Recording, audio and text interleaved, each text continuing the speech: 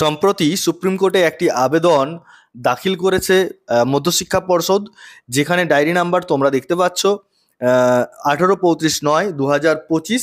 তো 2016 সালে পশ্চিমবঙ্গ কেন্দ্রীয় স্কুল সার্ভিস কমিশনের মাধ্যমে শিক্ষক ও গ্রুপ সি গ্রুপ ডি কর্মীদের যে নিয়োগ প্রক্রিয়া হয়েছিল সেটা প্রথমে হাইকোর্ট বাতিল করে দেয়। হাইকোর্ট বাতিল করে দেওয়ার পর সেই রায়ের ভিত্তিতে পরবর্তী ক্ষেত্রে 3 তারিখে একটা রায় হয় সুপ্রিম কোর্ট থেকে, এবং সেখানে কোর্টের যে রায় সেটাকেই মান্যতা দেয়, এবং তারপর রাজ্য সরকার সেই রায়ের উপর ভিত্তি করে রাজ্য সরকার নতুন করে ফ্রেশ রিক্রুটমেন্ট শুরু করতে চাইছে।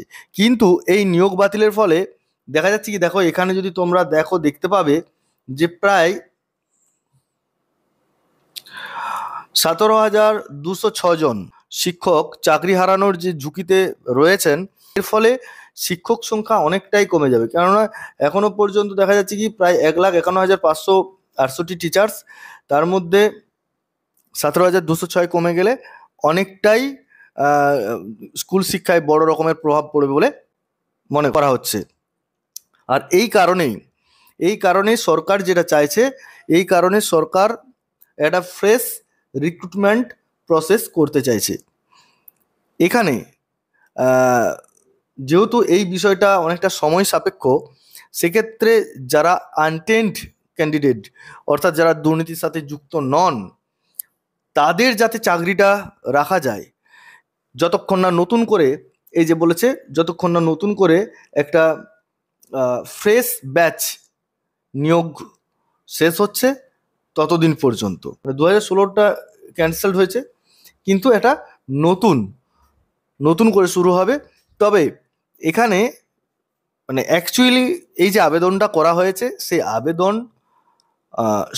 আবেদনের ভিত্তিতে যেটুকু বোঝা যাচ্ছে, তাতে করে সরকার চাইছে যে একটা ফ্রেশ রিক্রুটমেন্ট হোক। যেখানে ফ্রেশ কথার অর্থ, এখানে ফ্রেশ কথার অর্থ বলতে 2016 সালেরটাকে সম্পূর্ণ বাতিল করে নতুনভাবে একটা নিয়োগ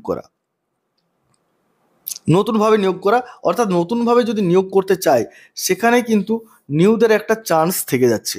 তো এই নতুন প্রক্রিয়াটা যেহেতু একটু সময় সাপেক্ষ, এবং এটা যতদিন না কমপ্লিট হচ্ছে ততদিন পর্যন্ত আপাতত এই যে 17,206 জন টিচার রয়েছেন তাদেরকে যেন কন্টিনিউশনটা দেওয়া হয়, এটা হচ্ছে মূল বক্তব্য।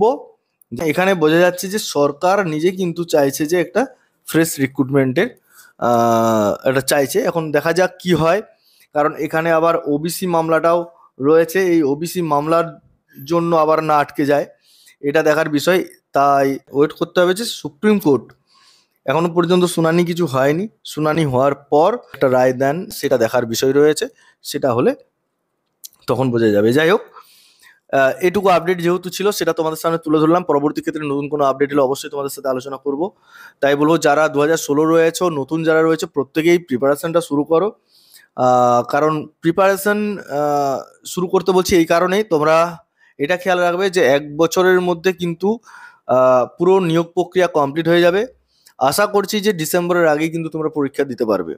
তাই সময় যে খুব বেশি রয়েছে তা নয়, এমনিতেই মার্চ মাস তো কমপ্লিট, এপ্রিল চলছে, তো May, June, July, August, September, October করে তোমরা হয়তো পরীক্ষা দিতেই পারবে, আশা করা যায়। তো যাই হোক, আজকে এই পর্যন্তই। পরবর্তী ক্ষেত্রে নতুন কোনো আপডেট হলে অবশ্যই তোমাদের সাথে আলোচনা করব। সকলে ভালো থেকো, সুস্থ থেকে, এবার আজকের ভিডিও এখানে শেষ করছি। ধন্যবাদ।